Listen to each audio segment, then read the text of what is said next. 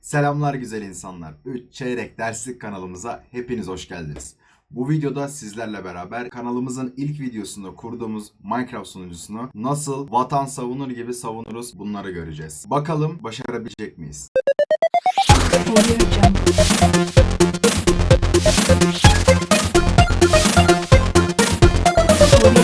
Kurmak eğlenceli gibi görünebilir. Lakin birileri sunucunuza saldırana kadar. İlk videomuzda yaptığımız port yönlendirme ile dünyayı açtığımız sunucumuz bizler için eğlenceli bir oyun alanı gibi görünse de aslında bizleri bekleyen birçok tehdit bulunmakta. Bunlardan bazıları botlar, hackerlar, hacker grupları, yoldan geçen Çinli IP'ler, Rus brute force orduları. Bunlar sunucunuza saldırmak için hazırda bekliyor olacaklardır. Üstelik selamünaleyküm bile demeden direkt SS'ınıza bağlanmaya çalışacaklar. Size ping atacaklar. Fakat biz bu videoda bunlardan kendimizi koruyacağız. Minecraft sunucumuzda sürekli oyun oynayabilmemiz için bir kale gibi bu sunucuyu savunmayı öğreneceğiz dostlar. Şimdi videomuza başlayalım. Evet dostlar, ilk videomuzda bildiğiniz üzere Minecraft sunucumuzu kurmuştuk. Port yönlendirme ile dünyayı açmıştık. Ardından bu noktada bırakmıştık. Şimdi ise sunucumuzdaki tüm açıkları giderelim. İlk olarak yapmamız gereken işlemlerden birisi, bildiğiniz üzere şu anda biz sunucumuza istek attığımızda direkt sunucumuzdaki şifre ile giriş yapmaktayız. Gördüğünüz üzere giriş yaptım. Fakat biz bunu istemiyoruz. Sadece biz kendi bilgisayarımızdan SSH ile bağlanmak istiyoruz. Ya da telefonumuzdaki Termox'tan vesaireden. Şimdi bunu nasıl yapacağımızı göstereceğiz. Şimdi ilk olarak bu işlemi yapmamız gerekiyor. Bu sunucumuzdaki birçok problemin önüne geçecektir. SSH kgen -t ed25519 enter dedik arkadaşlar. Bu yola yazılacaktır anahtarınız diyor. Yani onaylıyor musunuz? Evet diyelim. Benim daha önceden bir kodum vardı. O yüzden diyor ki overwrite yapılsın mı? Dedim. Burada diyor ki bir parola girin. Eğer hiçbir şey girmezseniz anahtarınız parolasız çalışır. Fakat bilgisayarınızı başkalarının kullanması ihtimali varsa burada riske girersiniz. O yüzden buraya basit de olsa bir şifre girmek her zaman için iyi bir alternatiftir. Bu işlemleri dikkat ettiyseniz yeni bir sekme açarak kendi bilgisayarımda gerçekleştiriyorum. Bakın burada da yazdığım gibi. Buraya şimdi temel de olsa bir şifre gireceğim. Tekrardan girmemiyse tekrardan girdim. Şu anda anahtarım oluşturuldu. Anahtarımı eğer Linux kullanıyorsanız şuraya pi'nizin kullanıcı adını ve buraya IP'sini yazarak /copy id komutuyla sunucunuza direkt bunu yazdırabilirsiniz. Fakat birçoğumuz Windows'ta kullandığı için ben bunu Windows yöntemini de sizlere göstermek istiyorum. Şimdi buraya yaptığımızı vermişti. Bildiğiniz üzere .pub uzantılı yolumu kopyaladım. Cat ve yolumu kopyaladım. Altında gördüğünüz üzere benim anahtarım yer alıyor. Sonrasında sunucumun açık olduğu terminal sekmeme geldim. Buraya ise .sh isimli bir klasör oluşturdum. Kullanıcı yetkilerini verdim. Authorized case isimli bir dosya oluşturdum. İçine sonrasında geldim. Buradaki key'imi tekrar kopyalayıp içerisine direkt yapıştırdım. ctrl-y yaptım. Kaydettim. Sonrasında buna kullanıcı izinlerimi verdim. Tamamdır. Şu anda sunucumuza bizim bilgisayarımız anahtarla giriş yapacak. Fakat başka istemciler de şifreli giriş yapmaya devam edecekler. Şimdi yapacağımız işlemlerde ise bunları önleyeceğiz.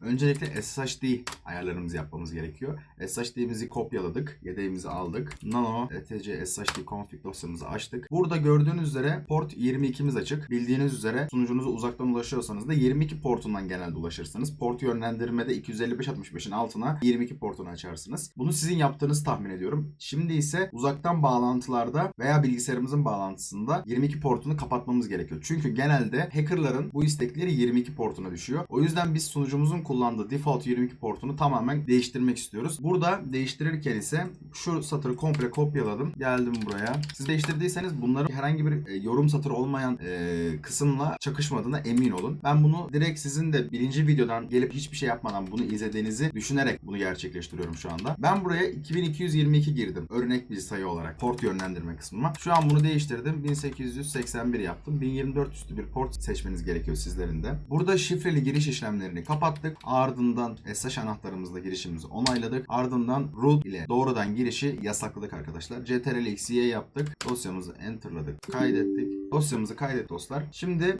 sistem CTL restart SSH yapmadan önce port yönlendirme panelimize tekrardan giriyoruz buradan. Burada siz bir modemden de bu işlemi yapıyor olabilirsiniz. İlk videoda gösterdiğim gibi. Ben router kullandığım için router'ımdan gerçekleştireceğim. Buradan geldim. Port yönlendirme kısmımı açtım. Buradan arkadaşlar önceki 22 portumun üzerine 1881 yeni portum için bir port ayarı daha açmam gerekiyor. Sonrasında 22 portunu silebilirsiniz. Zaten sonucudan da kapatacağız onu biraz sonra. O yüzden buraya tekrardan bir port açıp 255.65 65'in altına bir de yeni port sayınız için bir port numarası girmeniz gerekiyor. Ki uzaktan bağlantılarda da router kısmında sunucumuz açık olsun. Bunları da yapıp buraya da yeni sayımızı girerek kaydettiğinizi varsayarak bu işlemleri devam ediyorum dostlar. Şimdi yapmamız gereken işlem SSH servisini yeniden başlatmak ve ayarlarımızı kaydetmek. Şimdi yapmamız gereken işlem arkadaşlar, hem depomuzu güncelledik hem de fail to ban'ı kuracağız. Fail to ban ise arkadaşlar bir nevi sunucumuzun güvenlik görevlisi. Mesela sunucumuza istek geliyor. 3 kere o istek başarısız olduğunda, biraz sonra sayılarını kendimiz gireceğimiz isteklerin sınırında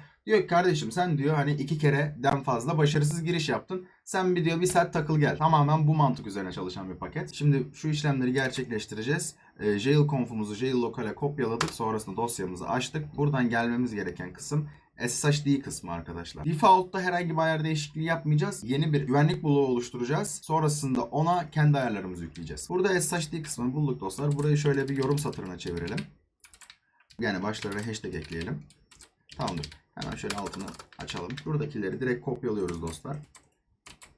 Tamam. Bunları kopyaladık şöyle. Buraya yine SSH servisimizi onayladık bu satırda. Ardından altına geldik ve kendi portumuzu girdik. Tamam. Şimdi burada max retry diyor. Maksimum deneme sınırı diyor. Ben burada 5 yazmışım ama bunları düşürebilirsiniz. 3 de yapabilirsiniz. Şimdi diyor ki find time. 10 dakika içerisinde bir IP 3 kereden fazla başarısız giriş yaparsa onu 3600 dakika yani 1 saat engelle. Siz bu süreyi uzatabilirsiniz. Fail to ban'i biraz daha araştırıp tamamen o IP'den gelen istekleri kapatabilirsiniz. Bunlar daha radikal güvenlikler olacaktır. Ben bu şekilde olmasını yeterli buluyorum. Zaten ilerideki işlemler, keza SSH key yapmış olmamız, bunlar zaten sunucumuzu yeterli seviyede koruyacak dostlar. O sebeple biraz daha sığ bir güvenlik olması açısından bunları böyle bırakıyorum. Niye dedim? Enter dedim. Sonrasında tekrardan her zamanki gibi ctrl+x Enter ile dosyamızı kaydettik. Ardından fail to ban'e tekrardan başlatıyoruz ki kurallarımız geçerli olsun. Sonrasında fail to ban servisini aktif ettik. Şimdi dostlar geldik işin en civcivli kısmına. Coğrafi erişim kısıtlaması yapacağız. Yani aslında yapacağımız işlem tamamen Türkiye dışındaki tüm IP'lerden gelen istekleri engellemek. Bunu niye yapacağız dostlar? Rusya'dan, Çin'den, Almanya'dan, yurt dışındaki VPS'lerden ıvır zıvır paketler sunucumuzu rahatsız etmesin. Bizi hacklemeye çalışmasınlar. Evimizdeki interneti taciz etmesinler diye. Aslında sunucumuzu yeterli seviyede koruduk denebilir ama yine de bunlar ekstradan güvenlik önlemi olarak tamamen bir zırh görevi görecek bizler için. Opt-IPND klasörü oluşturduk. Sonrasında Nano ile içine gireceğiz dostlar. Nano ile TR dışını engelle isimli bir script dosyası oluşturduk. Sonrasında buraya aşağıdaki kodu yapıştıracağız. Bu kod bize ne yapacak dostlar?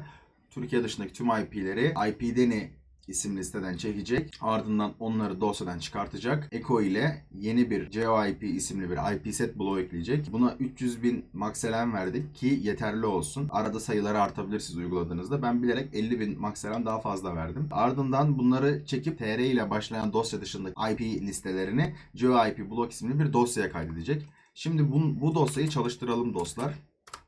Dosyamız çalışıyor ve ekliyor. Tardan çıkardı onları. Evet burada bir hata veriyor. Bu önemli değil yani tek alacağımız hata bu olsun dostlar. 2 tane IP çakışmış ve bir diğerini ekleyememiş. Problem değil. Şimdi dostlar bunu yapabilirsiniz. Şurada bir işlemim daha var benim. Altındaki gereksiz dosyaları siliyoruz. IP seti kalıcı hale getirme. GeoIP isimli bir IP set bloğu ekledik. Bunu şimdi kalıcı hale getiriyoruz. Tamamdır. Şimdi dostlar geldik en can alıcı kısma. Biz aslında yeni bir IP set tanımlıyoruz ve sonrasında bunu IP tables'a tanıtarak tarif vereceğiz. Yani diyeceğiz kardeşim sen IP'leri engelliyorsun. Tamam. Diyeceğiz ki ona bizim şu listemizi de alır mısın lütfen içeriye? Bunu nasıl yapacağız? İlk olarak yapmamız gereken yeni bir sistemd servisi dosyası açıyoruz. IPset Restore isimli. Sonrasında altındaki şunu birebir de kopyalıyorsunuz. Fakat lütfen dikkatli olun. Bakın kopyalarken başını hem şuradaki köşeli parantezi almadı hem de U'sunu küçülttü. Yani bunu şöyle düzelteceksiniz dostlar. Bunu böyle restore etmeniz gerekiyor. Ctrl+X'ye yaptık. Enter dedik. Kaydettik dostlar. Sonrasında daemon reload çekip yeni yaptığımız servisi aktif hale getiriyoruz. Herhangi bir hata vermiş gibi görünmüyor. Şimdi dostlar bu kadar işlem yaptık. Türkiye dışındaki tüm IP'leri bir listeye oluşturduk. IP set'e ekledik. Servis olarak çalıştırdık. O servisi aktif ettik. Şimdi ise bu servisi kullanmamız lazım dostlar. Şimdi IP tables güvenlik duvarı oluştu. Şimdi ise sunucumuz için bir firewall oluşturacağız. Bu da IP tables F ile IP tables X komutlarıyla geçmiş tüm iptables kurallarını sildik. Ama bunları yaparken dikkat edin. Önceden bir iptables kuralı girmemiş olmanız gerekiyor. SSH bağlantınız da kopabilir. Zaten fiziksel erişimimiz olduğu için bir sıkıntı yok. Ama sizler de direkt birinci videodan ikinci videoya geldiyseniz bunları sıkıntısız uygulayabilirsiniz dostlar. Temel güvenlik yapılandırmalarımızı aktif ediyoruz. Güvenilir IP'ler. Burada yine bir dipnotumuz var dostlar. 111 IP'mizden gelen istekleri de onaylıyoruz. Abi niye diye sorarsanız Türkiye'de WARP kullanılıyor. Yani genel olarak WARP kullanılıyor. Bağlantısını daha sağlıklı hale getirdiği için. O sebeple buradan güvenilir IP'mize WARP'ı da ekliyoruz. Arkadaşımızın bilgisayarı WARP açıksa onun da sunucumuza girip bizimle oynayabilmesi lazım haliyle. Aynı zamanda lokal ağımızı da ekledik.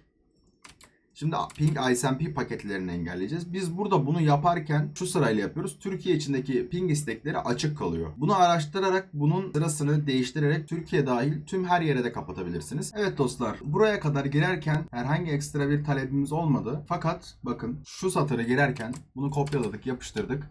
Burada 2222 yazıyor beyler. Buraya çok dikkat edeceksiniz. Ben portumu ne yaptım? 1881. Siz de hangi portu ayarladıysanız kendiniz için buraya onu girmeniz şart. Yoksa sisteminizi yeniden başlattıktan sonra sizin sunucuya bağlanmak için yapacağınız tüm istekler boşa düşecektir. O yüzden buraya kendi portumuzu girdik. Bunları da drop'a düşüreceğiz şimdi dostlar. Şöyle. Buradan yine buraya tekrar izin vermemiz gerekiyor. Az önce dropladık.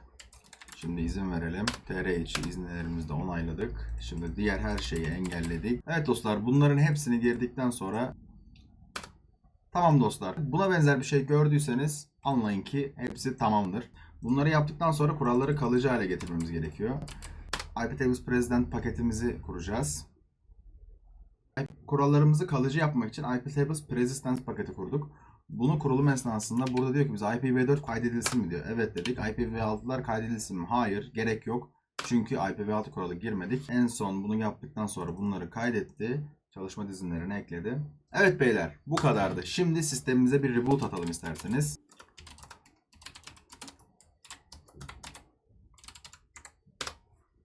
Evet dostlar, şu anda sistemimizi yeniden başlattık. Sistemimize tekrardan bağlanmaya deneyeceğiz. IP'mizi girdik. Kullanıcı adımıza girelim. Gördüğünüz üzere isteğimiz karşılıksız kaldı. Fakat niye? Buraya port belirtmediğimiz için bildiğiniz üzere portumuzu değiştirmiştik. Artık 22 portunu kullanmıyoruz. 1881 veya siz kendi hangi portu ayarladıysanız o portu kullanıyoruz. Tekrardan buraya bunu dedik. Bize key'imizin şifresini soruyor. Buraya girdiğimiz basit şifremizi girdik. Gördüğünüz üzere sunucumuza direkt giriş yaptık dostlar. Son işlemlerimize gelecek olursak sistemimizi güvenli tutmak için daima sistemimizin güncel olması lazım. O sebeple sizler de buradaki komutları tek tek girerek sistemimizi tekrardan güncelleyerek, gereksiz paketleri temizleyerek ve otomatik güncelleme paketlerini kurarak siz de sisteminizde herhangi bir zero day bulunması ihtimalinde ve bunun güncellemesini almak için bu işlemleri gerçekleştirebilirsiniz. Artık sistemimiz tamamen bir kale görevi görmekte ve sistemimize yurt dışından veya Türkiye içinden herhangi zararlı istekler kolay kolay giremeyecektir. Bu kadardı dostlar. Herhangi bir hatayla karşılaştıysanız lütfen yorumlarda taleplerinizi, sorularınızı aktarmaktan çekinmeyin. Hepsini emin olun ki cevaplamaya dikkat ediyorum. Evet dostlar, kanalımıza abone olmayı, videomuzu beğenmeyi lütfen unutmayın. Bunlar beni motive ediyor. Yeni içeriklerle hepinizin karşısında olacağım. Kendinize çok iyi bakın. Hoşça kalın. Bay bay.